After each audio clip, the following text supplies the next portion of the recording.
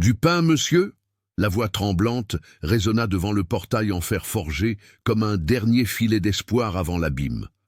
La femme maigre tenait 3 jeunes enfants qui parvenaient à peine à garder les yeux ouverts, tant leur faiblesse était grande.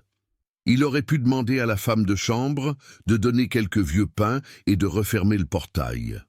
Après tout, c'était ce que les hommes riches faisaient avec les mendiants. Mais quelque chose dans ses yeux creux de faim lui rappela une promesse murmurée sur son propre lit de souffrance, lorsque son épouse s'en était allée, ne laissant que le silence et le remords. Et alors il prononça les mots que personne n'attendait d'un baron du vin. « Je vais vous emmener à mon château. » Personne n'imaginait que cet instant de compassion se transformerait en l'histoire la plus commentée de la région viticole de Bourgogne. Une histoire qui défierait toutes les conventions sociales de l'époque et prouverait que la rédemption arrive parfois quand on s'y attend le moins. Mais avant de continuer, vérifiez que vous êtes déjà abonné à la chaîne et écrivez dans les commentaires d'où vous regardez cette vidéo. C'était en l'an 1892, une époque où les domaines viticoles dominaient la campagne bourguignonne comme de petits royaumes. Une époque où l'abolition de l'esclavage n'avait eu lieu que 4 ans auparavant, laissant des milliers de personnes libres, mais sans terre, sans travail, sans avenir. Une époque où les veuves pauvres et leurs enfants étaient pratiquement invisibles pour une société qui ne voyait que richesse et nom de famille. Une époque où les barons du vin vivaient isolés dans leurs immenses châteaux, entourés de luxe, mais souvent seuls dans leur opulence. Une époque où les routes de terre rouge traversaient les interminables plantations de vignes, transportant des marchands, des immigrants italiens fraîchement arrivés, d'anciens esclaves à la recherche de toute opportunité, et des gens désespérés fuyant la misère qui se répandait dans la campagne. En ces temps-là, les promesses faites sur le lit de mort avaient la force d'une loi morale, et les hommes de parole portaient ces promesses comme des braises ardentes sur leur poitrine. Roland Almond de Saint-Pierre avait 48 ans quand tout commença. Baron de Beaune, titre acheté à l'Empire des années auparavant, propriétaire de l'un des plus grands domaines viticoles de la région de Dijon. 100 hectares de terre, 400 000 plants de vignes, un grand château à 2 étages avec 22 pièces, mobilier de style empire, porcelaine de Limoges, argenterie de Puyforca. Mais tout ce luxe ne comblait pas le vide qui rongeait son âme depuis qu'il avait enterré Éléonore, son épouse, 3 ans auparavant. Il s'était marié par convenance, comme il était d'usage entre familles riches. Elle avait 19 ans, lui 25. Éléonore était la fille d'un commandeur de Paris, une jeune femme éduquée dans un pensionnat religieux qui jouait du piano et brodait avec perfection. Le mariage fut arrangé par les parents des deux, unissant fortune et nom. Pendant 15 ans, ils vécurent comme des étrangers courtois sous le même toit. Ils dormaient dans des chambres séparées, se saluaient formellement au petit déjeuner, s'asseyaient aux extrémités opposées de la longue table pendant les repas et n'eurent jamais d'enfants. Roland ne sut jamais si c'était dû à un problème physique ou simplement parce que le mariage n'avait jamais eu de véritable intimité. Éléonore passait ses journées à broder, à jouer du piano, à lire des romans classiques et à soupirer devant les fenêtres qui donnaient sur l'interminable vignoble. Roland se plongeait dans le travail, gérant le domaine d'une main de fer, agrandissant les plantations, achetant plus de terre, accumulant une fortune dont il ne savait que faire jusqu'à ce qu'Éléonore tombe malade. C'était en avril 1889. Cela commença par de légères toux qui empirèrent. Le docteur Legrand vint de Dijon, diagnostiqua une tuberculose avancée. À cette époque, il n'y avait pas de remède, ce n'était qu'une question de temps. Roland fit aménager la meilleure chambre du château pour elle, embaucha des infirmières jour et nuit, fit venir des spécialistes de Paris, dépensa des fortunes pour tenter de sauver une femme qu'il connaissait à peine, mais qui était son épouse, sa responsabilité. C'est durant ces 6 mois d'agonie que Roland connut vraiment Éléonore. Il passait des heures assis au chevet de son lit, conversant pour la première fois en 15 ans de mariage. Elle raconta son enfance à Paris, les rêves qu'elle avait eus et jamais réalisés, la solitude de vivre dans un domaine isolé, marié à un homme qui ne l'avait jamais aimé. Roland, pour la première fois, s'ouvrit. Il parla de la pression de maintenir le nom de la famille, du poids de gérer un empire viticole, de la solitude qu'il ressentait aussi, entouré d'employés, mais sans personne avec qui parler vraiment. Ils découvrirent qu'ils étaient deux solitaires qui avaient gaspillé 15 ans par orgueil et convention sociale. Éléonore tenait sa main avec des doigts de plus en plus faibles et disait que si elle avait eu plus de temps, cela aurait été différent, mais il n'avait plus le temps. La dernière semaine de sa vie, Éléonore était si faible qu'elle pouvait à peine parler. Roland ne quittait pas la chambre, dormait sur un fauteuil à côté du lit, tenait sa main toute la nuit. Un matin d'octobre, elle se réveilla plus lucide que les jours précédents. Elle appela Roland d'une voix froissée. Il s'approcha, l'oreille attentive. « Promets-moi une chose, » murmura-t-elle. « Je te promets n'importe quoi. Ne gaspille plus ta vie dans la solitude. Ne fais pas comme moi. Ne laisse pas l'orgueil et les conventions sociales t'isoler du monde. Quand je partirai, ouvre ton cœur. Aide ceux qui en ont besoin. Aime s'il est encore temps. Ne meurs pas seul, comme je vais mourir. » Roland avait les larmes aux yeux. « Je le promets. Je le jure sur ta mémoire que j'essaierai. » Éléonore esquissa un sourire faible mais sincère. Le dernier. « Merci d'être resté avec moi jusqu'à la fin. Merci de m'avoir connu avant que je ne parte. » Elle ferma les yeux à 6 heures du matin le lendemain. Roland tint sa main jusqu'à ce qu'elle refroidisse complètement. L'enterrement fut pompeux, comme l'exigeait le protocole. La moitié de l'élite viticole de Dijon et des environs y assista. Couronne de fleurs, discours formels, condoléances protocolaires, tous vêtus de noir, tous avec des expressions de circonstance. Personne ne ressentant vraiment autre chose que de la curiosité sur qui hériterait de la fortune. Roland remercia poliment, reçut les condoléances avec la froideur attendue d'un baron. Il congédia tout le monde dès que possible. Après l'enterrement, il fit fermer à clé la chambre où Éléonore était morte. Il rangea ses robes, ses bijoux, ses livres, ses broderies inachevées. Il n'avait pas le courage de tout défaire, mais ne parvenait pas non plus à y entrer. La promesse qu'il lui avait faite continua de résonner dans sa tête pendant des mois, mais il ne savait pas comment la tenir. Ne gaspille plus ta vie dans la solitude, ouvre ton cœur. Aide ceux qui en ont besoin. Aime s'il est encore temps. De belles paroles.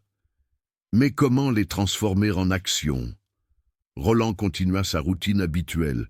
Il se levait à 5 heures du matin, prenait son café seul à l'immense table, parcourait les vignobles à cheval, inspectant le travail, déjeunait seul, retournait au travail, dînait seul, lisait des rapports financiers jusque tard dans la nuit.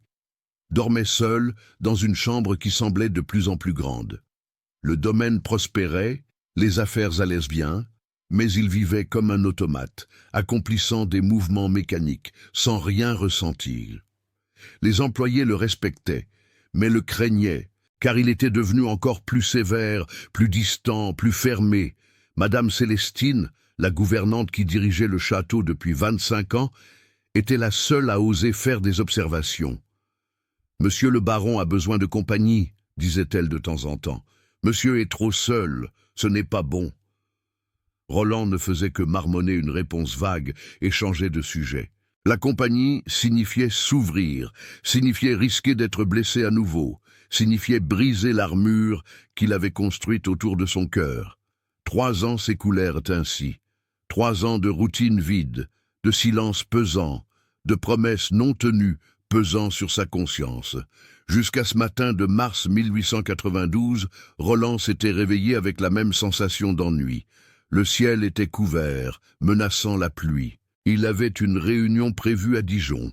Il devait régler des questions bancaires, signer des documents pour l'achat de nouvelles terres. Il fit préparer la calèche par le cocher, revêtit son costume gris de laine anglaise, chapeau de feutre, canne à pommeau d'argent. Le voyage jusqu'à Dijon durait 2 heures et demie en calèche, parcourant des routes de terre rouge qui traversaient d'autres domaines, de petits villages, des zones de forêt encore préservées. Roland lisait des documents. se préparant mentalement aux négociations du jour. Quand la calèche passa par le village de Villiers-du-Lac, un petit hameau situé à mi-chemin, le cocher ralentit. « Monsieur le baron, il y a des gens arrêtés là-devant. » Roland regarda par la fenêtre. Il y avait une femme assise au bord de la route, appuyée contre un arbre. 3 jeunes enfants l'entouraient. Ils semblaient être là depuis un moment, couverts de poussière rouge, sans aucun bagage. « Continuez !» ordonna Roland automatiquement. « Ce n'est pas notre problème. » Mais quelque chose le fit hésiter. L'image de cette femme avec les enfants resta gravée dans sa rétine. Il se retourna, regarda par la fenêtre arrière de la calèche. La femme avait la tête baissée, les enfants appuyés contre elle, tous dans un silence qui n'était pas le sommeil, mais un épuisement complet. Roland sentit quelque chose se serrer dans sa poitrine, une sensation inconfortable qu'il n'avait pas ressentie depuis 3 ans. La voix d'Éléonore résonna dans sa tête. « Ne gaspille plus ta vie dans la solitude. Ouvre ton cœur. Aide ceux qui en ont besoin. »« Arrêtez la calèche !» ordonna Roland soudainement. Le cocher tira sur les rênes, surpris. « Monsieur le baron ?»« Faites demi-tour. Retournez là où sont ces gens. » Le cocher obéit sans questionner, habitué aux ordres qui n'avaient pas de sens immédiat. La calèche fit demi-tour, s'arrêta à quelques mètres de l'arbre. Roland descendit, ajusta son chapeau, marcha vers la femme. Elle leva la tête, effrayée, lorsqu'elle le remarqua. Ses yeux étaient creux, son visage trop maigre, ses lèvres gercées. Elle portait une robe noire délavée, déchirée par endroits, sale de terre. Les enfants le regardèrent aussi avec cette expression vide de ceux qui n'ont plus la force d'avoir peur. C'étaient 3 garçons. L'aîné devait avoir environ 8 ans, maigre comme une branche sèche, tenant un frère plus jeune d'environ 5 ans et un bébé dans ses bras qui ne devait pas avoir plus d'1 an. Tous avec des vêtements en lambeaux, les pieds nus, couverts de plaies, les cheveux ébouriffés et sales. Roland n'avait jamais vu la misère d'aussi près. Il vivait dans un monde de luxe, isolé, protégé. Cette scène le choqua d'une manière inattendue. « Bonjour », dit-il, en gardant une distance respectueuse. « Madame a besoin d'aide ?»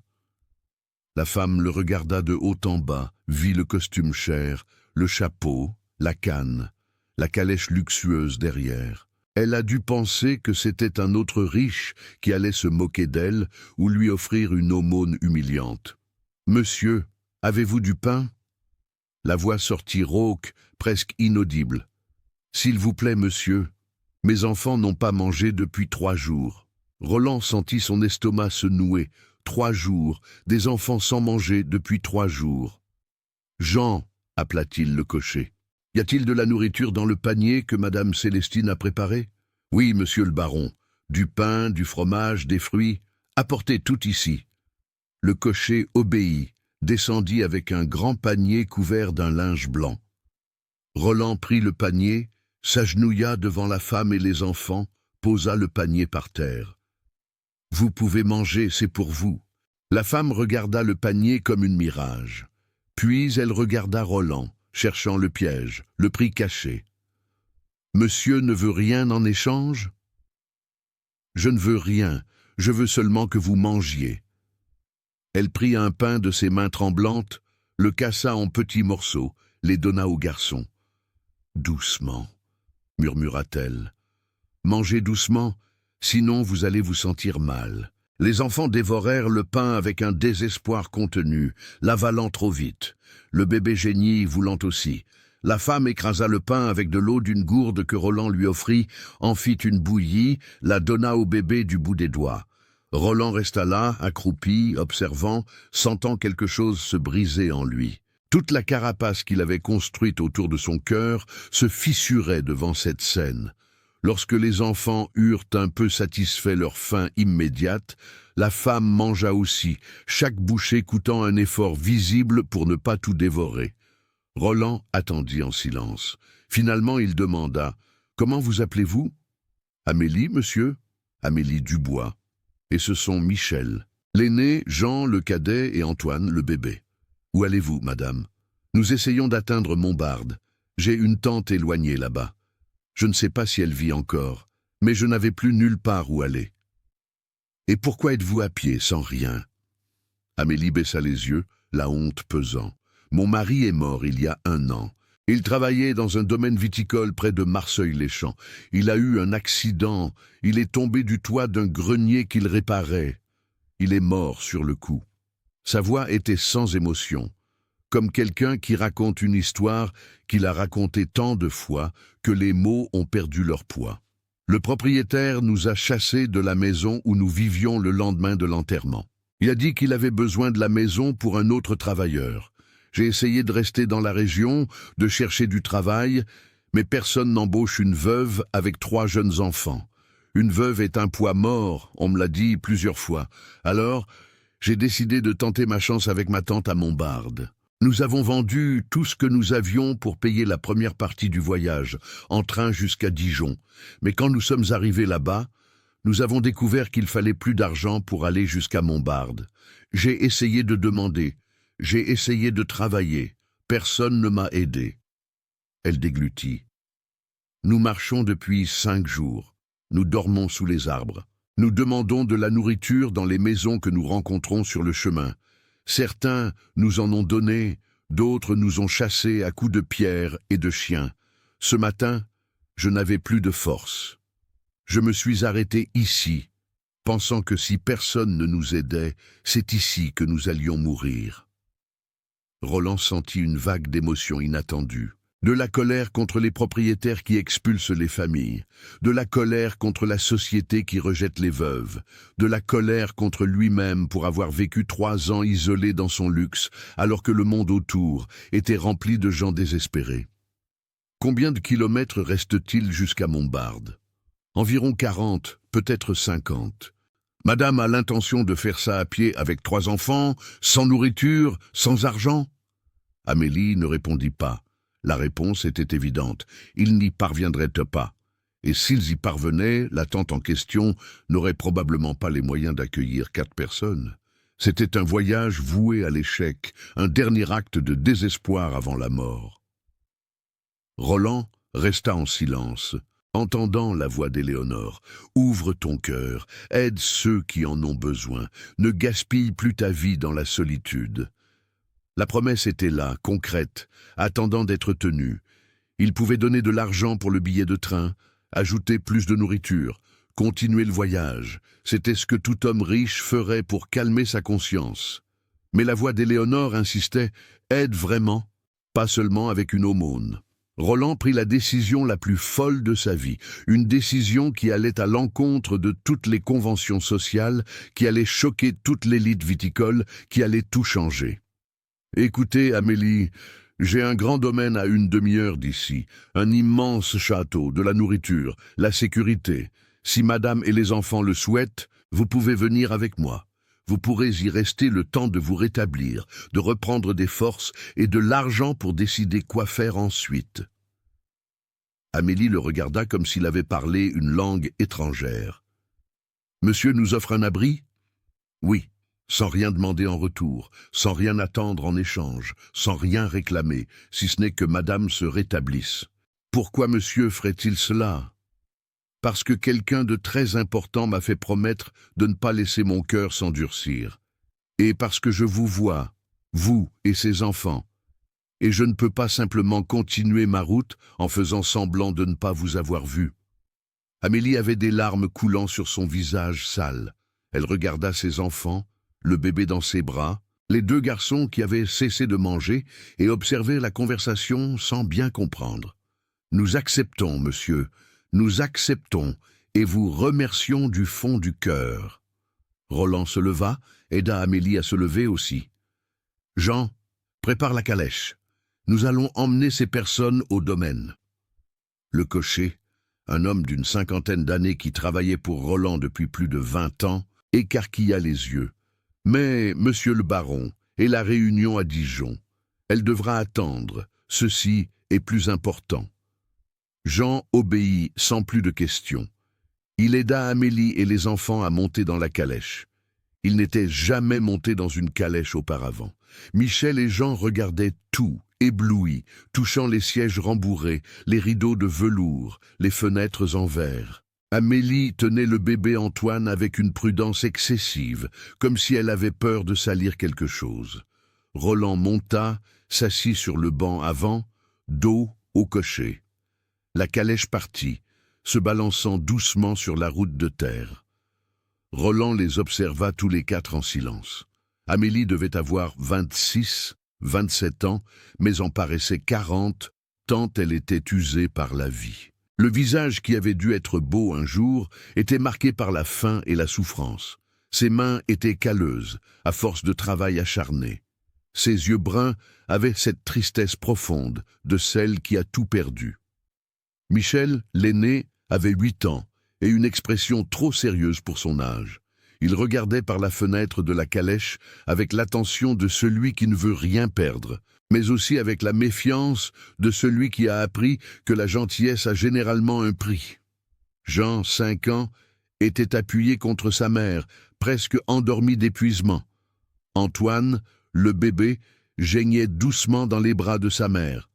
Roland ne savait rien des enfants, il n'en avait jamais côtoyé. Ces 3 garçons étaient un territoire complètement inconnu, mais il savait qu'ils avaient besoin de soins médicaux urgents, de nourriture adéquate, de vêtements propres, de repos. Le voyage jusqu'au domaine dura 40 minutes. Quand ils franchirent les portails en fer forgé avec le blason des Saint-Pierre, Amélie et les enfants restèrent bouche bée.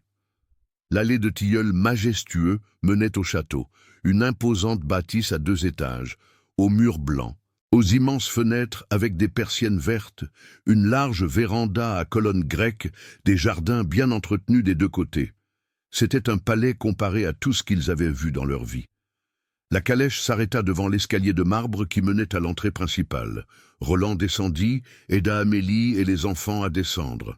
Madame Célestine avait entendu la calèche et descendait les escaliers pour accueillir son maître, comme elle le faisait toujours. Elle s'arrêta à mi-chemin quand elle vit qui Roland ramenait. « Madame Célestine, » dit Roland formellement, « préparez 3 chambres dans l'aile est. Voici Madame Amélie et ses enfants. Ils resteront avec nous pour une durée indéterminée. Fournissez-leur des bains, des vêtements propres et un repas complet. Faites aussi appeler le docteur Legrand. J'ai besoin qu'il examine les enfants. » Madame Célestine était une femme d'une 60aine d'années, aux cheveux entièrement blancs, attachée en un chignon strict, vêtue d'une robe noire austère, l'expression oscillant entre la sévérité et la maternité selon la situation.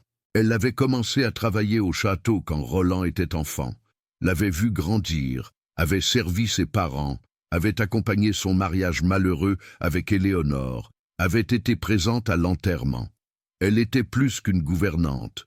Elle était la personne qui commandait réellement la maison et ses 15 employés. Elle regarda Amélie et les enfants, évalua la situation en quelques secondes, avec cette perception aiguë de celle qui a passé sa vie à sonder les âmes. Elle vit la honte sur le visage d'Amélie, la peur dans les yeux des enfants, la détermination dans le regard de Roland. « Oui, monsieur le baron, je m'en occuperai immédiatement, sans poser plus de questions, sans montrer de surprise ni de jugement. » Cela pouvait attendre. Maintenant, il était temps d'agir. Madame Célestine appela 2 jeunes femmes de chambre, préparer la grande baignoire dans la salle de bain, eau bien chaude, savon, serviettes propres. Ensuite, séparer des vêtements du coffre qui est au grenier, ceux qui restent de la rénovation. Il doit y avoir quelque chose qui convienne. Pendant que les femmes de chambre couraient obéir, Madame Célestine s'approcha d'Amélie. « Venez, ma fille, nous allons prendre soin de vous.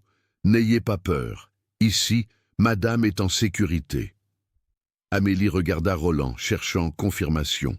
Il hocha la tête. « Vous pouvez y aller. Tout va bien. » Madame Célestine emmena Amélie et les enfants à l'intérieur du château. Roland resta sur la véranda, les observant monter l'escalier de marbre, entrer par les doubles portes en bois sculptées. Il venait de prendre la décision la plus importante des 3 dernières années. Il ne savait pas si c'était la bonne. Il ne savait pas ce que la société dirait. Il ne savait pas comment cela finirait. Mais pour la première fois depuis la mort d'Éléonore, il sentait qu'il était vraiment vivant. Jean, Le cocher s'approcha, hésitant. « Monsieur le baron, puis-je vous poser une question ?»« Oui. »« Êtes-vous sûr de ce que vous faites ?» Roland mit du temps à répondre. Il regarda les jardins bien entretenus, le vignoble qui s'étendait à perte de vue, l'immense château qui était vide. « Non, Jean, je ne suis sûr de rien, mais je sais que si je ne le fais pas, je le regretterai toute ma vie. C'est que... Monsieur me pardonne l'intrusion. Mais les gens vont parler, ils vont beaucoup parler. Qu'ils parlent. » Jean acquiesça et alla s'occuper des chevaux. Roland entra dans le château, monta à son cabinet au 2e étage. Il devait envoyer un message à Dijon, annulant la réunion, la reportant à la semaine suivante. Il devait aussi réfléchir à ce qu'il allait dire quand la nouvelle se répandrait. Et elle allait se répandre vite. Les domaines étaient comme de petites villes, 15 employés, plus les ouvriers du vignoble, plus les fournisseurs qui venaient chaque semaine. Les nouvelles couraient comme une traînée de poudre. Avant la fin de la semaine, toute l'élite viticole de Dijon et de la région allait commenter que le baron de Beaune avait ramené une veuve mendiante et 3 enfants chez lui. Les spéculations seraient les pires possibles. Ils diront qu'elle est mon amante, ils diront que je suis sénile, ils diront qu'elle profite de moi, ils diront que je suis ridicule. Roland ne s'en souciait pas. Pour la première fois de sa vie, il ne se souciait pas de ce que les autres penseraient. Pendant ce temps, en bas, Amélie vivait quelque chose qui ressemblait à un rêve. La salle de bain était plus grande que toute la maison où elle avait vécu avec son mari. Une immense baignoire en porcelaine, de l'eau fumante, parfumée aux herbes, des savons qui sentaient la lavande, des serviettes douces et blanches comme neige. Madame Célestine l'aida à retirer les vêtements en lambeaux des enfants. Elle les plaça tous les 3 dans la baignoire. Michel, Jean et Antoine, le bébé, furent enchantés par l'eau chaude. Ils n'avaient jamais pris de bain comme ça. Ils ne connaissaient que les bains froids de la rivière ou les bassines d'eau froide. Madame Célestine leur lava les cheveux avec soin, nettoya les plaies de leurs pieds, passa de la pommade sur les irritations du bébé. Les femmes de chambre apportèrent des vêtements. Ils n'étaient pas parfaits, mais ils convenaient. Des pantalons et des chemises en lin pour les garçons, des langes pour le bébé. Puis ce fut le tour d'Amélie. Madame Célestine fit sortir les femmes de chambre, resta seule avec elles. « Vous pouvez vous déshabiller, ma fille, n'ayez pas honte. » Amélie obéit de main tremblante. Elle entra dans l'eau chaude et faillit pleurer de soulagement. Depuis combien de temps n'avait-elle pas senti de l'eau chaude sur sa peau? Depuis combien de temps ne s'était-elle pas sentie propre? Madame Célestine lui lava les longs cheveux bruns qui, une fois propres, révélèrent des reflets dorés. Pendant ce temps, elle conversait. « Madame est veuve depuis combien de temps? »« 1 an. »« Difficile. »« Très. »« Vous avez des enfants, Madame Célestine? »« J'en ai eu un. Il est mort quand il était bébé, de la fièvre. Après cela, je n'ai plus jamais pu tomber enceinte. Je suis désolé. Et moi, je suis désolé pour ce que madame a traversé.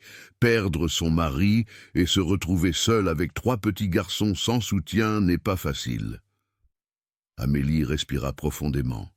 « J'ai cru que j'allais mourir. J'ai cru que mes enfants allaient mourir et soudain apparaît ce monsieur si riche, si important, et il m'offre son aide sans rien demander en retour. Je n'arrive toujours pas à y croire. » Madame Célestine arrêta de lui laver les cheveux un instant. « Monsieur le baron est un homme bon, il l'a toujours été, mais il s'est beaucoup renfermé après avoir perdu son épouse. Le voir faire cela aujourd'hui me donne de l'espoir. » « L'espoir de quoi? De ce qu'il puisse encore être heureux, que ce château puisse retrouver la vie. » Après les bains, Amélie et les enfants furent conduits aux chambres que Madame Célestine avait préparées. C'étaient 3 chambres communicantes dans l'aile est, une pour Amélie, avec un lit double, une coiffeuse, une armoire, une fenêtre donnant sur le jardin, une autre pour Michel et Jean avec 2 lits, un coffre pour ranger les vêtements, une étagère avec quelques livres.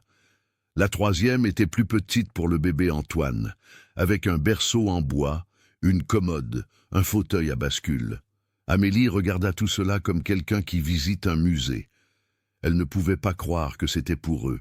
Madame Célestine sourit. « Mettez-vous à l'aise, ma fille. Reposez-vous un peu. Je ferai monter la nourriture dans une demi-heure. » Quand Madame Célestine sortit, Amélie s'assit sur le lit, sentant le matelas moelleux, les couvertures propres, les oreillers doux. Michel et Jean entrèrent en courant dans la chambre, excités. « Maman, tu as vu qu'il y a des livres là-bas et les lits sont si doux. » Amélie sourit pour la première fois depuis longtemps. « Vous avez vu, les garçons, mais nous ne resterons pas longtemps, c'est juste le temps de nous remettre. »« Combien de temps allons-nous rester ici, maman ?» demanda Michel. « Je ne sais pas, mon fils. Quelques jours, peut-être quelques semaines. Ensuite, nous continuerons notre voyage vers Montbard. » Michel fronça les sourcils. « Mais nous devons partir? C'est si bien ici. »« Oui, nous devons. Nous ne sommes pas d'ici. Nous ne pouvons pas abuser de la bonté de monsieur le baron. » Mais Michel, même à 8 ans, avait déjà vécu suffisamment pour savoir que la vraie bonté était rare. Et cet homme qui les avait ramassés au bord de la route, qui les avait emmenés dans cet endroit incroyable, semblait différent de tous les autres hommes riches qu'ils avaient rencontrés dans leur vie. Cet après-midi-là, le docteur Legrand vint. C'était un homme d'une 50aine d'années, médecin respecté de la région, qui soignait les familles riches des domaines. Il examina les 3 enfants avec soin, vérifia leur poids, leur taille, leurs yeux, leur gorge, leurs oreilles, puis parla avec Roland dans le couloir. « Baron, les enfants sont dénutris, mais rien qu'une alimentation adéquate ne puisse résoudre. L'aîné a quelques plaies aux pieds qui nécessitent des pansements quotidiens. Le cadet présente un début d'anémie. Le bébé est bien en dessous du poids idéal pour son âge, mais tous se rétabliront s'ils reçoivent les soins appropriés. » Roland hocha la tête, satisfait. Ils auront tous les soins nécessaires. Le docteur hésita avant de demander « Si vous me permettez la curiosité, baron, qui sont ces personnes? Ce sont des gens qui avaient besoin d'aide, et je les aide. Je comprends. Vous avez toujours été généreux, mais les gens vont commenter. » Qu'ils commentent. Assurez-vous simplement que les enfants restent en bonne santé. Le docteur partit, promettant de revenir la semaine suivante. Roland resta dans le couloir, regardant par la fenêtre qui donnait sur les jardins. Il savait que le docteur avait raison. Les gens allaient beaucoup commenter, mais il ne le regrettait pas. Pour la première fois en 3 ans, il sentait qu'il tenait la promesse qu'il avait faite à Éléonore. Ce soir-là, Madame Célestine servit le dîner pour tous dans la salle à manger principale, une immense table en palissandre qui pouvait accueillir 20 personnes. Roland s'assit au bout de la table. Amélie et les enfants furent placés sur les chaises les plus proches. Les femmes de chambre servirent une soupe de légumes, du pain frais, du poulet rôti, du riz, des haricots, de la salade, des fruits en dessert. Michel et Jean regardaient toute cette nourriture sans y croire. « Vous pouvez manger, » dit Roland gentiment. « Tout est là pour vous. » Ils mangèrent avec une éducation surprenante pour des enfants qui avaient eu faim. Amélie leur avait enseigné les bonnes manières, même dans la misère. Ils utilisaient correctement les couverts, mâchaient la bouche fermée, ne parlaient pas la bouche pleine. Roland observait, impressionné. Cette femme avait du caractère, elle était éduquée, même après avoir tout perdu. Après le dîner, Amélie coucha les enfants. Elle retourna au salon où Roland lisait. « Puis-je parler à monsieur le baron ?»« Bien sûr. Asseyez-vous, s'il vous plaît. » Amélie s'assit au bord d'un fauteuil, les mains croisées sur les genoux. Une posture tendue. « Je voulais vous remercier pour tout ce que monsieur fait pour nous. Nous n'avons pas besoin d'en parler. J'en ai besoin. Monsieur nous a littéralement sauvés. Sans monsieur, nous serions morts sur cette route, et moi, je ne sais pas comment vous rendre la pareille. » Elle hésita. « Je peux travailler, je sais cuisiner, laver, repasser, coudre. Je sais m'occuper d'une maison. Je peux payer ce que monsieur fait en travaillant ici. » Roland posa son livre. « Amélie, je ne veux pas que vous vous sentiez redevable. Je ne veux pas de paiement. Mais je ne peux pas simplement accepter la charité. Ce n'est pas de la charité, c'est... » Il chercha ses mots. C'est l'accomplissement d'une promesse que j'ai faite. C'est faire ce qui est juste. Même ainsi, je me sentirais mieux si je pouvais aider d'une manière ou d'une autre. Roland réfléchit un instant. Si cela vous fait vous sentir mieux, vous pouvez aider Madame Célestine avec ce dont elle a besoin. Mais ce n'est pas une obligation, c'est un choix. Amélie acquiesça, soulagée. Merci, monsieur le baron. Et puis-je poser une question? Vous pouvez. Jusqu'à quand pouvons-nous rester? Roland n'y avait pas pensé. Il avait agi par impulsion, sans planifier la suite. Rester le temps qu'il faudra. 1 semaine, 1 mois, 3 mois. Ce qui sera nécessaire pour que vous et les enfants vous rétablissiez complètement et que vous soyez en mesure de poursuivre votre voyage en toute sécurité. Amélie avait les larmes aux yeux. Monsieur est la personne la plus généreuse que j'ai jamais connue. Roland se sentit mal à l'aise avec ce compliment. Je ne suis pas généreux, je suis juste. Il s'arrêta, essayant de ne pas mourir seul. Amélie ne comprit pas la référence, mais acquiesça respectueusement et alla dormir. Roland resta seul dans le salon, regardant le portrait d'Éléonore accroché au mur. J'essaie, mon amour, j'essaie de tenir ma promesse. Les premiers jours furent une période d'adaptation. Amélie se levait tôt, même sans en avoir besoin, habituée à une vie de dur labeur. Elle allait à la cuisine où Madame Célestine commandait déjà la préparation du petit déjeuner. Puis-je aider? Bien sûr, ma fille, vous pouvez éplucher ces pommes de terre. Les deux travaillaient côte à côte. Madame Célestine observait Amélie avec attention. Elle voyait que c'était une femme travailleuse, qui savait ce qu'il fallait faire, qui avait du talent pour la cuisine. Vous avez déjà travaillé dans un grand château auparavant? Jamais. J'ai toujours vécu dans des maisons modestes, mais ma mère m'a tout appris. Elle a travaillé comme cuisinière dans un grand domaine quand elle était jeune. Elle vous a bien enseigné. Vous avez le coup de main. Merci. Les enfants étaient plus libres. Michel et Jean exploraient l'immense château, toujours suivis de près par une femme de chambre, pour s'assurer qu'ils ne se blessent pas ou ne cassent rien. Ils découvrirent la bibliothèque au 2e étage, une immense pièce remplie d'étagères de livres du sol au plafond. Michel fut enchanté. Il savait lire un peu. Son père lui avait enseigné les bases avant de mourir. Roland trouva les garçons dans la bibliothèque un matin. « Vous aimez les livres ?» Michel acquiesça gêné. « Je sais lire un peu, monsieur le baron. Mon père me l'a appris. »« Très bien. Alors vous pouvez utiliser la bibliothèque quand vous voulez.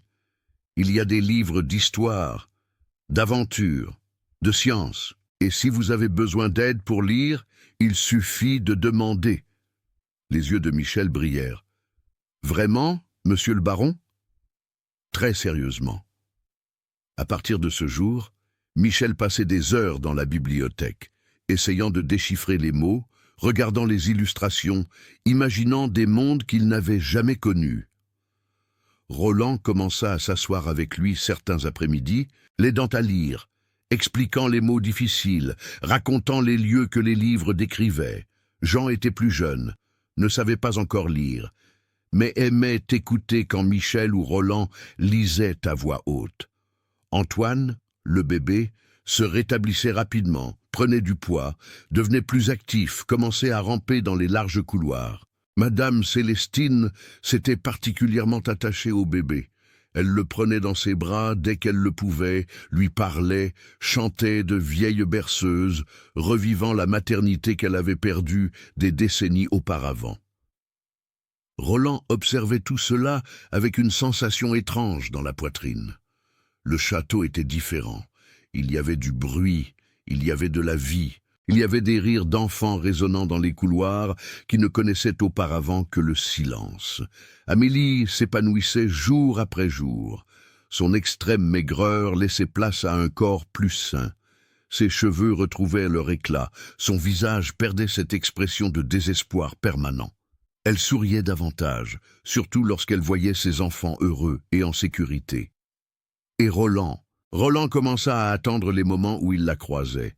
Le bonjour à la table du petit déjeuner, le comment avez-vous passé la nuit, dans le couloir, la brève conversation dans le jardin, quand elle étendait le linge et qu'il passait inspecter les rosiers. Rien de profond, rien d'intime, juste de petits moments qui donnaient un sens à sa journée. Une semaine après leur arrivée, Roland reçut la première visite. Son cousin Henri, propriétaire de terres voisines, apparut sans prévenir. Henri avait une quarantaine d'années, riche, arrogant, toujours préoccupé par les apparences et par ce que les autres penseraient. Les deux n'avaient jamais été proches, mais entretenaient des relations cordiales en tant que famille. « Roland, il faut que je te parle, c'est urgent. » Roland reçut son cousin dans son cabinet. « Assieds-toi, Henri, qu'est-ce qui t'amène ici ?»« Tu sais très bien ce qui m'amène, toute la ville en parle. »« Parle de quoi ?»« Ne fais pas semblant de ne pas savoir. Tu as ramené une veuve mendiante et 3 enfants ici. »« Oui, et quel est le problème ? Quel est le problème ?» Henri se leva, exaspéré. « Le problème, c'est que tu es un baron, Roland. Tu as des responsabilités sociales, une réputation à préserver, et tu ramènes 7. Cette femme chez toi, qu'est-ce que les gens vont penser ? Quelle est mon amante ? Demanda Roland calmement. Exactement. Ils vont penser exactement cela, et ils penseront pire encore. Ils diront que tu es sénile, qu'elle profite de toi, que ses enfants hériteront de ta fortune. Roland croisa les bras. Et que penses-tu que je devrais faire ? Les chasser immédiatement. Donne-lui de l'argent pour qu'elle continue son chemin. Sois généreux, mais ne la garde pas ici. Tu es en train de ruiner ta réputation. Je ne ferai pas ça. Roland, sois raisonnable. Je suis raisonnable et ma décision est qu'Amélie et les enfants restent ici le temps qu'il faudra. Ce que les autres pensent ne m'intéresse plus. Henri regarda son cousin comme s'il ne le reconnaissait pas. « Qu'est-ce qui t'est arrivé ? Avant, tu te souciais toujours des conventions, de ce qui était approprié. Éléonore est arrivée. Elle est morte et m'a fait réaliser que j'ai gaspillé des années à me soucier de ce que les autres pensaient, à suivre des règles absurdes, à vivre une vie vide juste parce que c'était attendu de moi. Je ne ferai pas ça à nouveau. » « Alors tu admets que tu as un intérêt pour cette femme ?» provoqua Henri. « J'admets que j'aide une personne qui en avait besoin, mais que cela ne te regarde pas. » Henri souffla, irrité. « Tu le regretteras, Roland. Quand elle aura tout siphonné de toi, quand elle aura complètement détruit ta réputation, tu le regretteras, et je ne serai pas là pour te secourir. » Roland ouvrit la porte du cabinet. « Alors c'est convenu. Maintenant, si tu me permets, j'ai du travail. » Henri sortit furieux en claquant la porte. Roland resta immobile, regardant par la fenêtre. Il savait que cette conversation n'était que le début. D'autres viendraient questionner, critiquer, juger, mais il était prêt. Il avait pris sa décision et allait la maintenir jusqu'au bout. Cet après-midi-là, Roland trouva Amélie dans le jardin. Elle était avec Jean, apprenant au garçon à reconnaître différentes fleurs. Roland s'approcha, hésitant. « Puis-je me joindre à vous ? » ?»« Bien sûr, monsieur le baron. Jean, montre à monsieur le baron ce que tu as appris. » Jean, 5 ans et naturellement timide, désigna une fleur rouge. « C'est une rose, et cette jaune est... » Il réfléchit. « Un chrysanthème. »« Très bien, Jean, tu apprends vite. » Le garçon sourit fièrement et partit en courant après un papillon. Amélie et Roland restèrent silencieux un instant. « Il est heureux, » dit Amélie à voix basse. « Les 3 le sont. Pour la première fois depuis longtemps, je vois mes enfants sourire vraiment. Cela me rend heureuse. » Elle regarda Roland. « Monsieur a reçu une visite aujourd'hui ?»« Oui, mon cousin Henri. Laissez-moi deviner. Il est venu dire que monsieur commettait une erreur. M'en est venu et a dit beaucoup d'autres choses désagréables. » Amélie baissa les yeux. « J'imaginais que cela arriverait. Les gens comme moi ne sont pas les bienvenus dans des endroits comme celui-ci. Si monsieur veut que nous partions, je comprendrai. Je ne veux pas que vous partiez. Mais monsieur va subir des critiques à cause de nous. Les gens vont parler, vont juger. Qu'ils parlent, qu'ils jugent, je ne m'en soucie plus. » Amélie le regarda dans les yeux, cherchant la vérité, Elle y vit une détermination sincère. Pourquoi monsieur fait-il cela? Pourquoi risque-t-il tant pour des gens qu'il connaît à peine? Parce que... Roland hésita, cherchant les mots justes. Parce que j'ai passé 3 ans à vivre comme un mort, Amélie. J'ai passé 3 ans dans cette immense demeure, entouré de luxe, mais complètement seul. Et puis je vous ai vu sur cette route, désespéré, et quelque chose s'est réveillé en moi. Amélie avait les larmes aux yeux. Je ne sais pas quoi dire. Vous n'avez rien à dire. Restez simplement. Elle acquiesça, incapable de parler. Roland toucha légèrement son épaule, un geste rapide, respectueux, avant de s'éloigner. Amélie resta là, immobile, sentant quelque chose d'étrange dans sa poitrine, quelque chose qu'elle n'avait pas ressenti depuis longtemps, l'espoir, peut-être même quelque chose de plus, mais elle ne pouvait pas y penser. Elle était veuve depuis seulement 1 an. Elle vivait de la charité d'un homme riche. Elle n'avait pas le droit de ressentir autre chose que de la gratitude. Elle chassa ses pensées et retourna s'occuper du jardin. Les semaines passèrent, la routine s'établit. Amélie aidait Madame Célestine dans la cuisine, s'occupait des enfants, brodait les après-midi. Michel fréquentait quotidiennement la bibliothèque, sa lecture s'améliorant rapidement. Jean jouait dans les jardins, toujours surveillé. Antoine grandissait fort et en bonne santé. Roland travaillait à l'administration du domaine pendant la journée, mais trouvait toujours le temps de converser avec les enfants, de dîner avec tous, de s'asseoir sur la véranda les soirs plus frais. Il conversait de plus en plus avec Amélie, découvrant qu'elle était plus cultivée qu'il ne l'avait espéré. Elle connaissait la littérature, elle avait lu quelques classiques que son père possédait. Elle connaissait l'histoire, la géographie, des sujets auxquels les femmes pauvres n'avaient généralement pas accès. Son père avait été instituteur dans une petite ville. Il avait personnellement éduqué sa fille avant de mourir, quand elle avait 16 ans. Après cela, elle avait dû travailler pour survivre. Elle s'était mariée jeune avec un ouvrier agricole, honnête, mais sans éducation formelle. Ils eurent les 3 enfants en 5 ans. Ils vivaient modestement, mais heureux, jusqu'à l'accident qui leur enleva tout. Roland écoutait ces histoires, fasciné. Il découvrait une femme intelligente, forte, résiliente, qui avait survécu à des tragédies qui auraient brisé des personnes plus faibles, et Amélie découvrait un homme différent de ce qu'elle attendait. Elle s'attendait à l'arrogance typique des riches. Elle trouva l'humilité. Elle s'attendait à l'indifférence. Elle trouva une gentillesse sincère. Elle s'attendait à la distance. Elle trouva quelqu'un qui se souciait vraiment. 2 mois après leur arrivée, l'incident qui allait tout changer se produisit. C'était un samedi après-midi. Roland était allé en ville pour affaires. Amélie était à la cuisine avec Madame Célestine, préparant le dîner. Les enfants jouaient dans le jardin, surveillés par une jeune femme de chambre. Soudain, ils entendirent un cri. Amélie laissa tout tomber et courut. Elle trouva la femme de chambre pâle, pointant du doigt le puits à l'arrière. Michel était tombé dans le puits en essayant d'attraper une balle qui avait roulé là. Madame Célestine arriva en courant, regarda dans le puits. Il était profond, environ 10 mètres, mais il y avait des échelles de fer encastrées dans le mur pour l'entretien. « Michel, tu vas bien ?»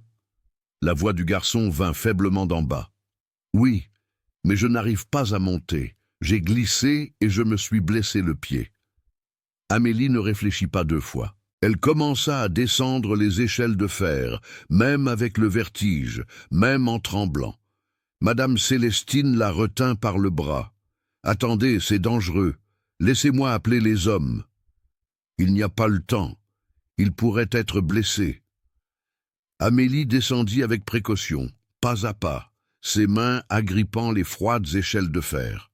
Elle atteignit le fond où Michel se trouvait, le garçon pleurant doucement, la cheville enflée. « Tout va bien, mon fils. Maman est là. Je vais te sortir de là. » Elle tenta de remonter en portant le garçon, mais il était trop lourd, et elle n'avait pas assez de force. Elle tenta 3 fois, faillit tomber. Elle réalisa qu'elle n'y arriverait pas seule. Madame Célestine, dont la voix venait d'en haut, dit qu'elle avait envoyé chercher les ouvriers du vignoble. Ils mettraient environ 15 minutes à arriver.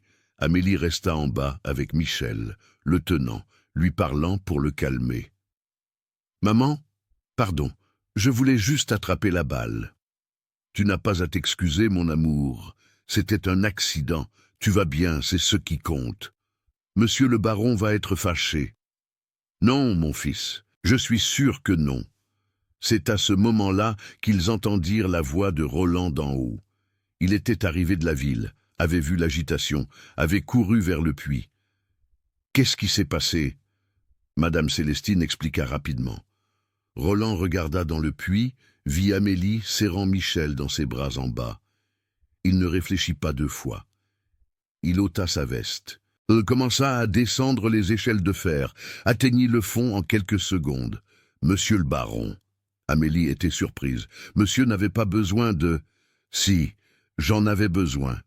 Nous allons vous sortir de là tous les deux. » Roland prit Michel dans ses bras, le garçon ne pesant presque rien pour un homme habitué au travail physique. Il monta les échelles avec précaution, un échelon à la fois, le tenant fermement. Arrivé en haut, il remit Michel à Madame Célestine, puis redescendit, tendit la main à Amélie. « Viens, tiens ma main. » Elle la saisit, sentant la force de cette grande main calleuse. Elle remonta, Roland juste derrière, la protégeant au cas où elle glisserait. Quand ils arrivèrent en haut, Amélie tremblait, plus de la frayeur tardive que du froid. Roland ôta son gilet, le posa sur ses épaules. « Tout va bien maintenant, vous êtes en sécurité. » Amélie le regarda. Elle le regarda vraiment et vit non seulement le riche baron, mais l'homme qui était descendu dans un puits dangereux sans hésiter pour sauver son fils. Elle vit une vraie bonté, un vrai courage, une préoccupation sincère et sentit son cœur faire quelque chose qu'il ne devait pas faire. Elle sentit qu'elle tombait amoureuse. Le docteur Legrand fut appelé, examina Michel. Une entorse de la cheville, rien de grave. Repos pendant 1 semaine, avec des compresses froides. Ça devrait aller mieux. Ce soir-là, après que les enfants eurent dormi, Amélie chercha Roland dans son cabinet. Il était assis derrière l'immense bureau, travaillant sur des documents. Il se leva quand elle entra. « Amélie. »« Michel, il va bien ?»« Oui, il dort. Grâce à monsieur. Je n'ai fait que ce que n'importe qui aurait fait. » »« Non, monsieur a fait ce que peu ferait. Vous êtes descendu dans ce puits sans réfléchir 2 fois. Vous vous êtes risqué pour mon fils. »« Il est important pour moi, » dit Roland simplement. « Les 3 le sont. » Amélie fit un pas en avant, les mains jointes, nerveuse. « Puis-je poser une question ?»« Toujours. Pourquoi sommes-nous importants pour monsieur ?» Roland mit du temps à répondre. Il posa sa plume, se leva, marcha vers la fenêtre. « Parce que vous m'avez rappelé que je suis encore en vie. Parce que pour la première fois en 3 ans, je me lève le matin et j'ai une raison de sortir du lit. Parce que j'entends des rires d'enfants dans les couloirs et je me souviens que les maisons sont faites pour avoir de la vie. » Il se tourna vers elle. Et parce que... Il s'arrêta, hésitant. Parce que plus vous restez ici, plus il devient difficile d'imaginer ce château sans vous. Amélie sentit son cœur s'accélérer. « Ah, monsieur le baron, Appelez-moi Roland, s'il vous plaît. Nous vivons sous le même toit depuis 2 mois. Je pense que nous pouvons nous passer des formalités. » Roland, elle testa le nom, le sentant étrange, mais bon à prononcer. « J'ai besoin de te dire quelque chose. »« Tu peux tout dire, je crois. » Elle inspira profondément, cherchant le courage. « Je crois que je dois partir. » Roland sentit comme s'il avait reçu un coup de poing. « Quoi? Pourquoi? » ?»« Parce que les gens parlent. Ton cousin Henri n'était que le premier. Toute la région doit commenter. Et plus je reste, pire ce sera pour toi, pour ta réputation, pour ta position sociale. Je ne m'en soucie pas, mais moi, je m'en soucie. » Amélie avait les larmes aux yeux. « Je m'en soucie parce que tu es une bonne personne, Roland, et je ne veux pas être la raison pour laquelle tu perds le respect des gens, pour laquelle tu es exclu de la société. Je n'appartiens pas à ce monde. Je suis une veuve pauvre, avec 3 enfants. Tu es un baron, tu es riche, tu es important. Nous ne pouvons pas... » Elle s'arrêta. Nous ne pouvons pas rester comme ça pour toujours. Roland s'approcha d'elle lentement, respectueusement. Et si je ne me soucie pas de ce que les gens pensent, et si je dis que toi et les enfants êtes plus importants pour moi que n'importe quelle réputation sociale, et si je... Il s'arrêta juste devant elle, si près qu'il pouvait sentir le parfum de lavande qu'elle portait. Et si je dis que je suis tombé amoureux de toi, Amélie? Elle écarquilla les yeux. Quoi? Je sais que c'est fou, je sais que nous nous connaissons à peine, je sais que tu es encore en deuil de ton mari, je sais que j'ai 10 ans de plus, je connais toutes les raisons pour lesquelles cela n'a pas de sens, mais je ne peux pas l'éviter. Je te regarde et je vois la force, je vois la bonté, je vois l'intelligence, je vois la mère incroyable que tu es. Je vois la femme qui a affronté des tragédies et qui n'a pas flanché, et je suis tombé amoureux. Amélie pleurait. Roland, Tu n'as rien à dire. Roland fit un pas en arrière. Je ne te demande pas de réponse. Je ne te mets pas la pression. Je voulais juste que tu saches que tu n'es pas ici par charité. Tu es ici parce que je te veux ici. Parce que cette maison est devenue un foyer quand toi et les enfants êtes arrivés. Elle essuya ses larmes du revers de la main. Je suis aussi tombée amoureuse de toi, dit-elle si bas qu'il l'entendit à peine. Roland resta immobile. Répète. Je suis aussi tombée amoureuse de toi. Je ne voulais pas. J'ai essayé de ne pas vouloir. Je suis veuve depuis seulement 1 an. Je vis de ta charité. Je n'ai pas le droit de ressentir cela, mais je ne peux pas l'éviter. Chaque fois que tu parles à Michel des livres, chaque fois que tu portes Jean sur ton épaule, chaque fois que tu fais rire Antoine. Elle sanglota. Je tombe un peu plus amoureuse. Roland prit ses mains tendrement. Alors ne pars pas. Reste ici avec moi, avec les enfants, pour toujours. Ah, tu me demandes d'être ton amante? Non. Roland serra ses mains. Je te demande d'être ma femme. Amélie faillit tomber. Il la retint par les épaules. Ma femme, je veux t'épouser, Amélie. De la bonne manière, devant Dieu et la loi. Je veux adopter Michel, Jean et Antoine légalement. Je veux construire une vraie famille. Mais tu es un baron, je suis une veuve pauvre. La société n'acceptera jamais. Je ne me soucie pas de la société. J'ai déjà gaspillé des années de ma vie à me soucier de ce que les autres pensent. Je ne ferai pas ça à nouveau. Mais Amélie cherchait des objections. Les enfants. Michel, Jean et Antoine sont mes enfants de cœur. Je les aimerai comme les miens. Je leur donnerai tout ce dont ils auront besoin. Éducation, avenir, sécurité. Mais seulement si tu acceptes. Si tu dis non, je respecterai. Vous pourrez rester ici comme mes hôtes aussi longtemps que vous le voudrez, sans pression, sans obligation. Mais si tu dis oui, il la regarda dans les yeux. Si tu dis oui, je passerai le reste de ma vie à essayer de te rendre heureuse. Amélie pleurait à chaudes larmes maintenant. Roland, tu es sûr? Mon Dieu, j'en suis plus sûr que de n'importe quoi dans ma vie. Tu es sûr que tu m'aimes. J'en suis aussi plus sûr que de n'importe quoi dans ma vie. Elle inspira profondément, essuya ses larmes. Elle regarda cet homme qui était apparu au bord de la route quand elle était sur le point d'abandonner tout. Elle regarda cet homme qui avait ouvert les portes de son château sans rien demander en retour. Elle regarda cet homme qui était descendu dans un puits dangereux pour sauver son fils. Elle regarda et vit non seulement de la bonté, mais un amour véritable. Alors oui, ma réponse est oui. Roland sourit, un large sourire qui illumina tout son visage. Il prit ses mains et les porta à ses lèvres. Un baiser respectueux, doux. Merci, je te rendrai heureuse, je le promets. Tu n'as pas besoin de promettre. Tu m'as déjà rendue heureuse quand tu t'es arrêtée sur cette route. Ils restèrent ainsi un instant, mains entrelacées, les yeux dans les yeux, les cœurs battant à l'unisson. C'était le début de quelque chose de nouveau, quelque chose que la société allait condamner, mais qu'ils savaient être juste. Les jours suivants, Roland s'occupa de tout organiser. Il parla d'abord avec Michel, Jean et Amélie, qui tenaient Antoine. Il s'assit avec les 3 dans la bibliothèque. Les garçons, je dois vous parler de quelque chose d'important. Michel, toujours attentif. Tout va bien, monsieur le baron?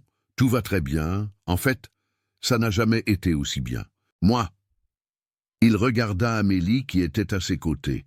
J'ai demandé votre mère en mariage et elle a accepté. Michel écarquilla les yeux. Ils vont se marier? Oui, si vous acceptez.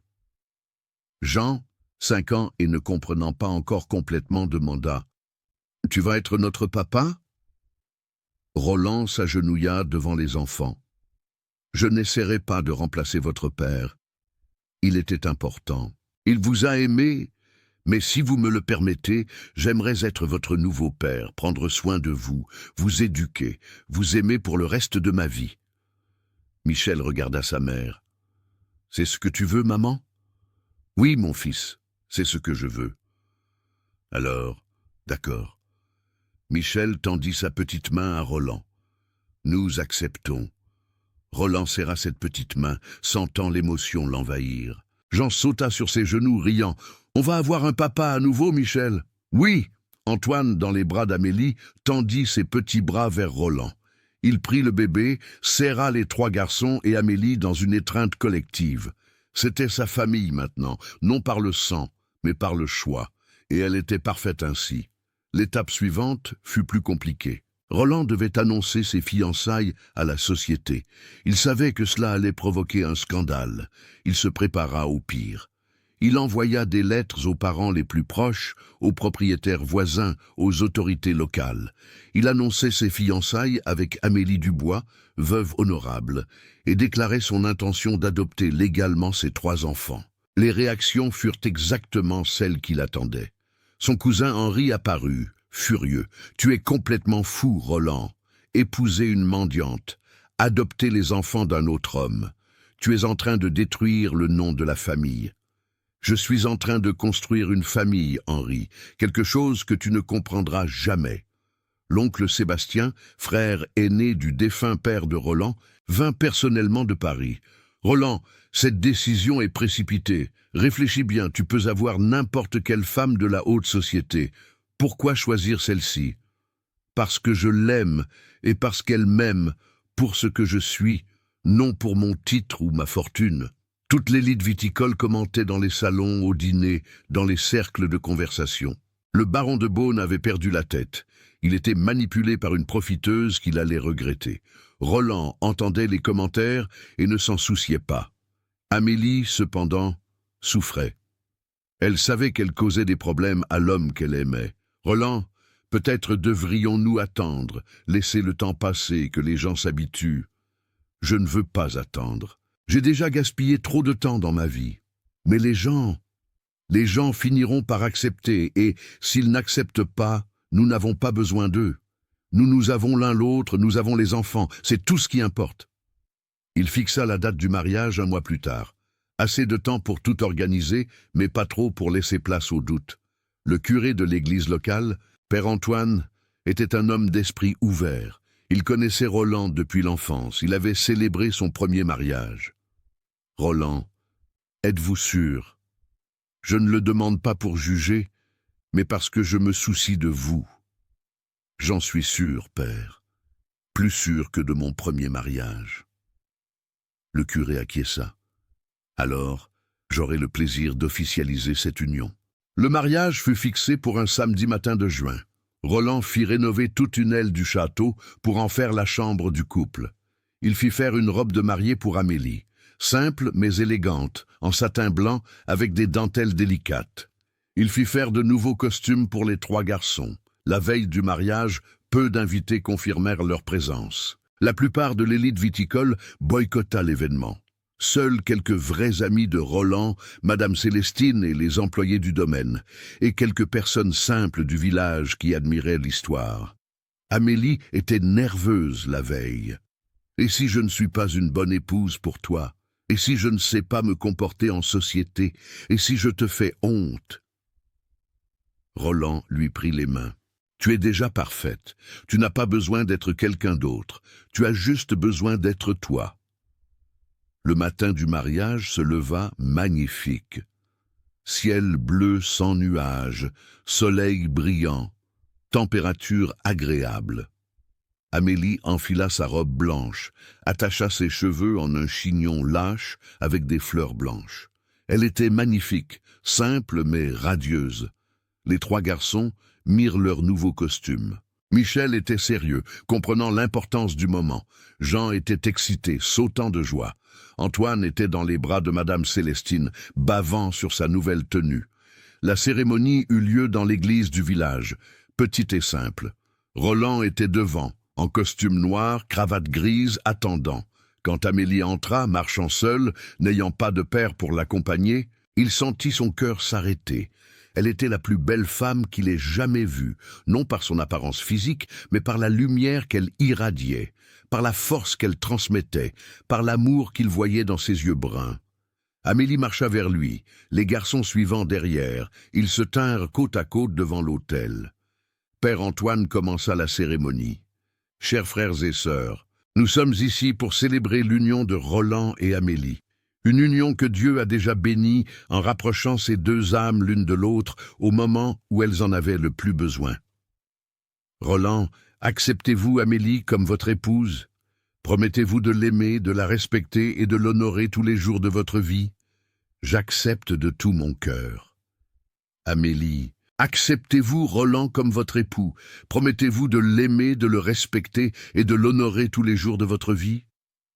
J'accepte de toute mon âme. Ils échangèrent de simples alliances en or.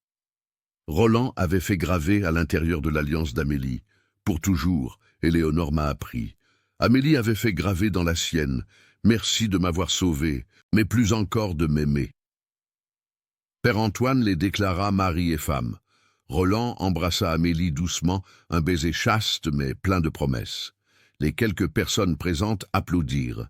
Michel, Jean et Antoine coururent pour les embrasser tous les deux. La famille était officiellement formée. Le reste de la journée fut une fête simple mais joyeuse. Un déjeuner au domaine pour toutes les personnes présentes. Madame Célestine avait préparé un festin, dinde rôtie, jambon rôti, riz, haricots, pot-au-feu, salade, tarte sucrée. Il y avait un gâteau à 3 étages décoré de fleurs en sucre. Les enfants couraient dans les jardins, les adultes conversaient gaiement. Roland et Amélie se lâchaient à peine les mains, toujours ensemble, toujours souriants. Dans l'après-midi, quand les invités partirent, Roland réunit la famille dans le salon. « J'ai une annonce à faire. Aujourd'hui, je n'ai pas seulement épousé Amélie. Aujourd'hui, j'ai gagné 3 enfants et je veux officialiser cela. » Il sortit des documents qu'il avait préparés à l'avance. Ce sont les papiers d'adoption. Michel, Jean et Antoine Dubois, si vous acceptez, vous vous appellerez désormais Michel, Jean et Antoine Saint-Pierre. Vous serez mes enfants légalement, avec tous les droits que cela implique, y compris le droit à l'héritage. Michel pleurait.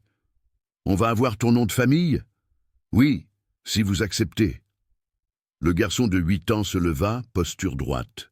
« J'accepte avec beaucoup de fierté. » Jean, 5 ans, sauta, excité. « Moi aussi, moi aussi !» Antoine, trop petit pour comprendre, battit simplement des mains. Amélie sanglotait d'émotion.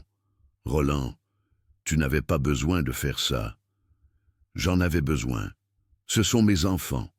Maintenant, je les aimerai et les protégerai comme s'ils étaient nés de moi. » Ce fut une petite cérémonie, juste 5, et Madame Célestine, comme témoin, signèrent les papiers. Quand ce fut terminé, Roland s'agenouilla et ouvrit les bras. « Venez ici, mes enfants. » Les 3 coururent et se jetèrent dans ses bras. C'était la première fois qu'il les appelait officiellement ses enfants. C'était le début d'une nouvelle vie pour tous. Les mois suivants ne furent pas faciles. La société continua de rejeter Amélie. Quand Roland l'emmenait à des événements sociaux, les femmes de la haute société l'ignoraient ostensiblement. Elle formait des cercles de conversation dont elle était exclue, chuchotait quand elle passait, riait derrière son dos. Amélie souffrait de chaque humiliation. Elle essayait de ne pas le montrer, mais Roland le percevait. Il voyait quand elle revenait d'un événement, les yeux rouges de larmes contenues. Il voyait quand elle hésitait avant de sortir de la maison, craignant les critiques. Un soir, après un dîner particulièrement difficile chez un propriétaire voisin, où Amélie avait été traitée avec un mépris ouvert, elle craqua. « Je n'en peux plus, Roland. Je n'en peux plus d'être traitée comme une intruse, comme une profiteuse, comme moins que rien. » Il la serra dans ses bras. « Je sais, mon amour, je sais que c'est difficile. Peut-être aurais-tu dû épouser quelqu'un de ta classe, quelqu'un qui saurait se comporter dans ce monde. » Roland tint son visage entre ses mains. « Écoute bien ce que je vais dire. Je ne t'ai pas épousé pour ta classe sociale. Je t'ai épousé parce que je t'aime, parce que tu es forte, intelligente et bonne, parce que tu es la mère la plus dévouée que j'ai jamais vue, parce que tu me donnes envie d'être un meilleur homme. Et si la société ne t'accepte pas, le problème n'est pas toi.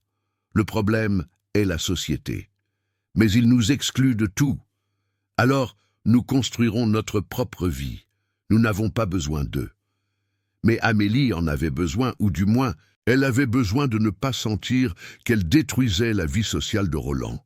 Il réalisa qu'il devait faire quelque chose de radical. Alors, il prit une décision, réunit les principaux propriétaires de la région, fixa un rendez-vous dans son domaine. Ils vinrent curieux. Roland les reçut dans le grand salon. « Messieurs, merci d'être venus. Je sais que beaucoup d'entre vous désapprouvent mon mariage. Je sais que vous considérez Amélie inappropriée pour être l'épouse d'un baron. Je connais les commentaires, les exclusions, les humiliations. » Tous restèrent silencieux, certains gênés d'être confrontés directement. « Alors, je dois être très clair. » Roland parla fermement. « Amélie est ma femme. Elle est la mère de mes enfants. Elle est la femme que j'aime. Et tant que vous la traiterez avec irrespect, je refuserai de faire affaire avec vous, de fréquenter vos maisons, d'entretenir toute relation sociale. » Henri, le cousin, rétorqua. « Tu nous menaces ? » Je fais un choix. Ma famille est plus importante que n'importe quelle affaire ou convention sociale. Si vous ne pouvez pas accepter cela, alors nous n'avons pas besoin les uns des autres. Certains propriétaires se regardèrent, mal à l'aise. Roland était l'un des plus grands producteurs de la région. Faire des affaires sans lui serait compliqué. L'un des propriétaires les plus âgés, le commandeur Sylvain, se leva. « Roland, je comprends votre point de vue et je reconnais que nous avons peut-être été trop durs avec votre épouse. Mais vous devez comprendre notre position. Il existe certaines règles sociales, des règles qui existent pour maintenir l'ordre. » « L'ordre ou l'hypocrisie ?» Roland rétorqua. « Combien d'entre vous ici présents ont des maîtresses? Combien ont des enfants illégitimes qu'ils soutiennent en secret? Combien traitent leurs épouses avec indifférence, mais maintiennent les apparences en public? » Silence gêné. « Je me suis marié par amour, chose rare parmi nous. Je me suis marié avec une femme honnête, travailleuse, bonne mère, et vous la condamnez parce qu'elle n'est pas née riche? Quelle plus grande hypocrisie !» Le commandeur Sylvain acquiesça lentement. « Vous avez raison, peut-être avons-nous été injustes. »« Je vais faire ce qui suit, » continua Roland. « Dans un mois, je donnerai un bal ici au domaine. Je vous inviterai tous, vous et vos familles. Ce sera l'occasion de vous rencontrer vraiment, de voir qui elle est réellement. Si après cela, vous voulez toujours nous exclure, qu'il en soit ainsi. Mais au moins, ce sera une décision éclairée. » Les propriétaires acceptèrent, certains à contre-cœur, d'autres sincèrement curieux. Roland commença les préparatifs du bal. Ce serait le plus grand événement que le domaine ait jamais accueilli. Il engagea des musiciens de Paris, fit préparer des décorations élaborées, organisa un menu digne des meilleurs restaurants de la capitale. Amélie était terrifiée. « Je ne sais pas si je peux faire ça, Roland, un bal entier avec tous ces gens qui me jugent. » « Tu ne seras pas seul. Je serai à tes côtés tout le temps et les garçons seront là aussi. Nous sommes une famille, nous affrontons ensemble. » Madame Célestine aida Amélie à se préparer. Elle fit faire une magnifique robe de bal, bleu foncé, avec des broderies argentées, un décolleté discret mais élégant, une jupe volumineuse. Elle répéta avec Amélie les pas des danses principales, valse, polka, quadrille. Amélie apprit vite. Elle avait un rythme naturel. La nuit du bal arriva. Le château était transformé. Des lustres allumés dans toutes les pièces, des fleurs partout, des tables dressées de mets raffinés, des musiciens accordant leurs instruments. Les invités commencèrent à arriver. Des calèches élégantes déposant des couples bien vêtus. Les femmes en robes luxueuses, des bijoux inestimables. Les hommes en smoking impeccable. Roland accueillait tout le monde à l'entrée, Amélie à ses côtés. Elle était nerveuse mais gardait une posture digne, un sourire poli, des salutations courtoises. Les premières heures furent tendues. Les femmes observaient Amélie avec des regards critiques, cherchant des défauts. Les hommes conversaient entre eux, ignorant l'hôtesse. Mais alors, quelque chose d'inattendu se produisit. Le commandeur Sylvain demanda à danser avec Amélie. Roland acquiesça, l'encourageant. Elle accepta, nerveuse. Pendant la valse, le commandeur conversa. « Mon épouse est morte il y a 5 ans, Madame Amélie. Depuis, je vis seule dans un grand château, entouré d'employés, mais sans famille. Je vois en vous quelque chose que j'ai perdu. Un amour véritable, du respect, de la complicité. » Amélie fut surprise par sa sincérité. « Merci, commandeur. » Quand la musique se termina, il l'accompagna jusqu'à Roland. « Baron, votre épouse danse merveilleusement. Et, plus important, j'ai réalisé que vous avez bien choisi. Félicitations à vous deux. » Ce fut le déclic. D'autres invités commencèrent à s'approcher, curieux, moins hostiles. Des conversations se formèrent. Amélie parlait de l'éducation des enfants, de la gestion du ménage, de littérature, démontrait sa culture, son intelligence, son bon sens. Peu à peu, certaines femmes commencèrent à la voir d'un autre œil. Ce n'était pas la profiteuse qu'elles imaginaient, c'était une femme de substance. Au milieu du bal, Roland fit une annonce, demanda le silence, monta quelques marches de l'escalier pour que tous le voient. « Je veux remercier tout le monde de votre présence, et je veux dire quelque chose sur mon épouse. » Il tendit la main à Amélie. Elle monta à ses côtés. Amélie n'est pas née dans un berceau doré. Elle n'a pas été éduquée dans des écoles européennes. Elle n'a pas hérité de fortune. Mais elle a quelque chose qui vaut plus que tout cela. Elle a du caractère, elle a de la bonté, elle a la capacité d'aimer inconditionnellement. Il la regarda avec un amour évident. Elle m'a appris que la famille n'est pas une question de sang ou de nom. C'est une question de choix, c'est une question d'être présent. C'est une question d'aimer même quand c'est difficile. Elle a pris 3 enfants qui n'étaient pas les miens et les a aimés comme les siens. Elle m'a appris qu'il n'est jamais trop tard pour recommencer. Certains invités avaient des larmes aux yeux. Si vous l'avez jugée sans la connaître, je vous demande de lui donner une chance. Rencontrer la femme incroyable qu'est mon épouse. Rencontrer la mère dévouée. Rencontrer la personne qui m'a sauvé la vie quand j'étais perdu dans la solitude. Le bal continua avec une atmosphère transformée. Amélie fut acceptée. Pas totalement, pas par tous, mais par beaucoup. C'était un début. Quand les invités partirent, des heures plus tard, Roland et Amélie restèrent seuls sur la véranda. « Tu as été incroyable aujourd'hui, dit-il.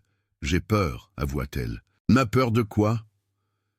Peur de me réveiller et de découvrir que tout cela n'est qu'un rêve, que je serai de retour sur cette route, mourant de faim avec mes enfants. » Roland la serra dans ses bras. « Ce n'est pas un rêve, c'est notre vie, notre famille, notre avenir. Et je passerai chaque jour à te prouver que c'est réel. » Les années suivantes furent celles de la consolidation.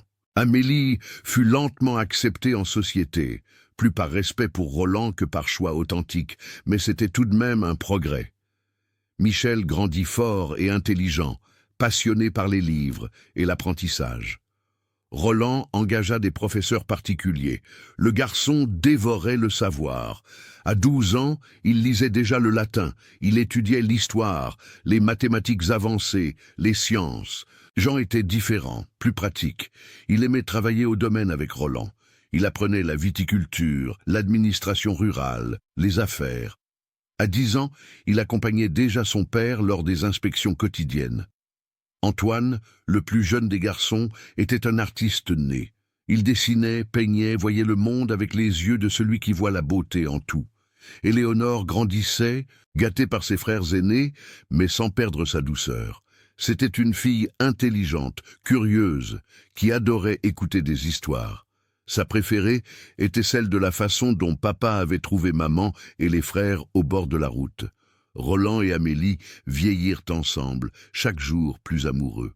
20 ans après cette rencontre sur la route, Roland avait 68 ans. Amélie, 48. Ils étaient assis sur la véranda comme ils le faisaient tous les après-midi après le déjeuner. « Parfois, tu regrettes ?» demanda Amélie soudainement. « De quoi ?» De m'avoir ramené à la maison ce jour-là, de toute la confusion que cela a causé, de toutes les critiques. Roland prit sa main. Jamais, ce fut la meilleure décision de ma vie. Cela t'a sauvé? Non. Roland la regarda dans les yeux. Cela m'a sauvé, moi. J'étais mort à l'intérieur, Amélie. Je vivais comme un fantôme, ne faisant que des mouvements mécaniques.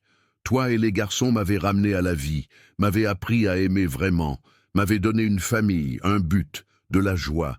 Si je pouvais remonter le temps, je ferais tout exactement pareil. Amélie sourit. Ce sourire qui l'enchantait encore après des décennies. Moi aussi. Ce soir-là, Roland réunit toute la famille. Michel était venu de Paris avec sa femme et leurs 2 jeunes enfants. Jean était là avec sa fiancée. Le mariage était prévu le mois suivant. Antoine, 17 ans, apporta les derniers tableaux qu'il avait peints. Éléonore, déjà une jeune femme de 17 ans, aidait Madame Célestine à organiser le dîner. Quand tous furent assis à la grande table, Roland demanda l'attention. « Je veux vous raconter une histoire, l'histoire de comment cette famille a commencé. » Éléonore sauta, excitée. « L'histoire de la route. Raconte, papa. »« Oui, l'histoire de la route. » Roland regarda Amélie. « Il y a 23 ans, j'étais perdu. Je venais de perdre ma femme. Je vivais seul dans cet immense château. Je travaillais comme un automate, sans rien ressentir, jusqu'au jour où, en revenant de Dijon, j'ai vu une femme avec 3 enfants assis au bord de la route. Ils mouraient de faim, sans rien, sans personne. » Amélie continua, « Et j'étais désespéré, j'avais abandonné. Je pensais que j'allais mourir là avec mes enfants jusqu'à ce qu'un homme s'arrête. Un homme riche qui aurait pu simplement donner l'aumône et continuer son chemin, mais il ne l'a pas fait. » Roland sourit. « Je les ai ramenés ici, et les premiers jours, j'ai cru que je ne faisais que tenir une promesse que j'avais faite à ma défunte épouse, une promesse d'aider ceux qui en avaient besoin. » Michel, maintenant âgé de 31 ans et père de 2 enfants, s'éclaircit la gorge, ému. « Je me souviens de ce jour. Je me souviens d'être assis sous cet arbre sans force, voyant ma mère pleurer doucement pour qu'on ne l'entende pas. Je me souviens d'avoir cru que nous allions mourir. » Jean acquiesça. « Moi aussi, je me souviens. Je me souviens de la peur, mais je me souviens encore plus de la première fois que je suis entré dans ce château. Cela ressemblait à un palais de contes de fées. » Roland les regarda tous les deux. « Vous m'avez appris ce que c'est d'être père. Je n'avais jamais eu d'enfant, je ne savais pas comment faire. Mais vous avez été patient avec moi, vous m'avez laissé entrer dans vos vies, vous m'avez donné la chance de vous aimer. » Antoine, le plus jeune des 3 premiers, dit « Je ne me souviens de rien de cette époque. J'étais très petit, mais j'ai grandi en sachant que Monsieur m'a sauvé, qu'il nous a sauvés, et pour cela je suis éternellement reconnaissant. » Roland secoua la tête. « Non, Antoine, c'est vous qui m'avez sauvé. Vous m'avez appris que la famille n'est pas une question de sang, c'est une question de choix. C'est une question d'être présent. C'est une question d'aimer même quand c'est difficile. » Éléonore regardait enchantée. « Et après je suis né. » « Oui. » Roland sourit à sa fille cadette. « Tu es né et tu as complété notre famille. Preuve vivante que le véritable amour génère l'amour. » Amélie pleurait silencieusement. Roland serra sa main. « Et ta mère m'a appris qu'il n'est jamais trop tard pour recommencer. Qu'importe le nombre d'erreurs que tu commets, il y a toujours une chance de faire autrement. » que le véritable amour ne choisit ni l'heure ni le lieu pour se produire. Michel leva son verre de vin. Un toast à la famille la plus improbable et la plus parfaite qui ait jamais existé. Tous levèrent leurs verres à la famille. Après le dîner, quand tous se furent dispersés, Roland et Amélie restèrent seuls sur la véranda. Ils regardèrent les étoiles, les mains entrelacées. « Tu te souviens de la promesse qu'Éléonore m'a fait faire ?» demanda Roland à voix basse. « Laquelle ?» « Elle m'a fait promettre que je ne gaspillerais pas le reste de ma vie dans la solitude, que j'ouvrirais mon cœur, que j'aimerais s'il était encore temps. » Amélie acquiesça. « Tu as tenu ta promesse. » « Oui. » Roland la regarda. « Et plus encore. J'ai construit une vie qui vaut la peine d'être vécue, une famille qui est ma plus grande réalisation, un héritage qui continuera à travers nos enfants et petits-enfants. » Amélie posa sa tête sur son épaule. « Merci. » « Pourquoi ? » ?»« D'avoir arrêté sur cette route, d'avoir demandé si nous avions besoin d'aide, de nous avoir emmenés à ton château, de nous avoir aimés. » Roland embrassa le haut de sa tête. « Merci à toi d'avoir accepté, d'avoir fait confiance, d'avoir construit cette vie avec moi. » Ils restèrent ainsi jusque tard, étreints, observant les étoiles dans une paix complète. Roland mourut à 75 ans, dormant tranquillement aux côtés d'Amélie. Il eut une vie longue et pleine. Il fut enterré aux côtés d'Éléonore, sa première épouse, comme il l'avait demandé. Amélie insista pour qu'il en soit ainsi. Elle fut importante pour toi. Elle mérite d'être à tes côtés aussi. Quand Amélie s'éteignit, 15 ans plus tard, à 71 ans, elle fut enterrée de l'autre côté de Roland. 3 tombes côte à côte. Éléonore, qui apprit à aimer. Roland, qui apprit à recommencer. Amélie, qui apporta une nouvelle vie. Les enfants conservèrent le domaine, développèrent les affaires, mais préservèrent le château d'origine. Ils le transformèrent en musée familial. Aujourd'hui, plus de 100 ans plus tard, l'histoire est encore racontée. L'histoire du baron veuf qui s'arrêta sur une route et changea tout. L'histoire de la veuve affamée qui demanda du pain et gagna un foyer. L'histoire des 3 garçons qui gagnèrent un nouveau père. L'histoire de la petite fille qui naquit d'un amour improbable. Les visiteurs viennent de loin pour connaître le château, entendre l'histoire, voir les portraits de la famille. Il y a une plaque à l'entrée. Ici, l'amour a vaincu les conventions. Ici, la famille a été construite par le choix, non par le sang. Ici, une promesse a été tenue et a changé des générations. Et chaque année, à l'anniversaire de cette rencontre sur la route, tous les descendants, maintenant des centaines, se réunissent au domaine, racontent aux enfants, renouvellent l'engagement de maintenir vivantes les valeurs que Roland et Amélie ont enseignées. Des valeurs selon lesquelles la bonté compte, que l'amour ne choisit pas la classe sociale, que la famille est celle que nous choisissons d'aimer,